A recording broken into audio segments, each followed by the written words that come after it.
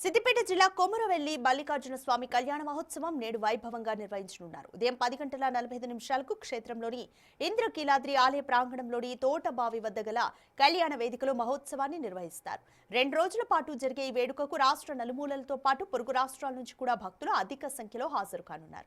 ఆలయ deputy commissioner టంకసాల Venkatesh ఆధ్వర్యంలో స్వామివారి కళ్యాణ ఆహ్వాన పత్రికలను దాతలు భక్తులకు పంపిణీ చేశారు. స్వామివారి మహోత్సవాన్ని కనులారా చూసి తరించేందుకు అధికారులు విస్తృత ఏర్పాట్లు చేశారు.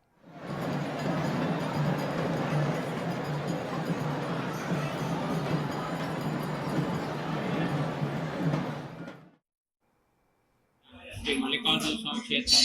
ఈ క్షేత్రంలో ప్రతి సంవత్సరం మార్గశిర మాసం ఆఖరి ఆదివారం బ్రహ్మోత్సవాలు స్వామివారి వార్షిక కళ్యాణోత్సవంతో మొదలవుతాయి.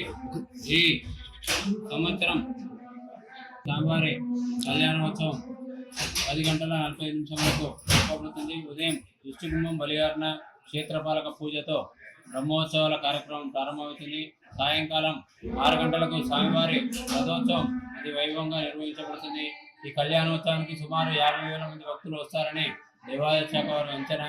మన ఉమ్మడి తెలుగు రాష్ట్రం నుండి కూడా కర్ణాటక, మహారాష్ట్ర వివిధ రాష్ట్రాలకు చెందిన భక్తులు కూడా స్వామివారి క్షేత్రానికి వస్తారు.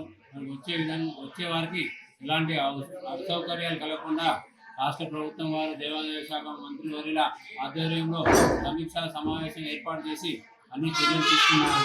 భక్తులు అందరూ స్వామివారి కళ్యాణంలో తిలకించి స్వామివారి కృపకు పాత్రలు కాగలరని కోరుతున్నారు.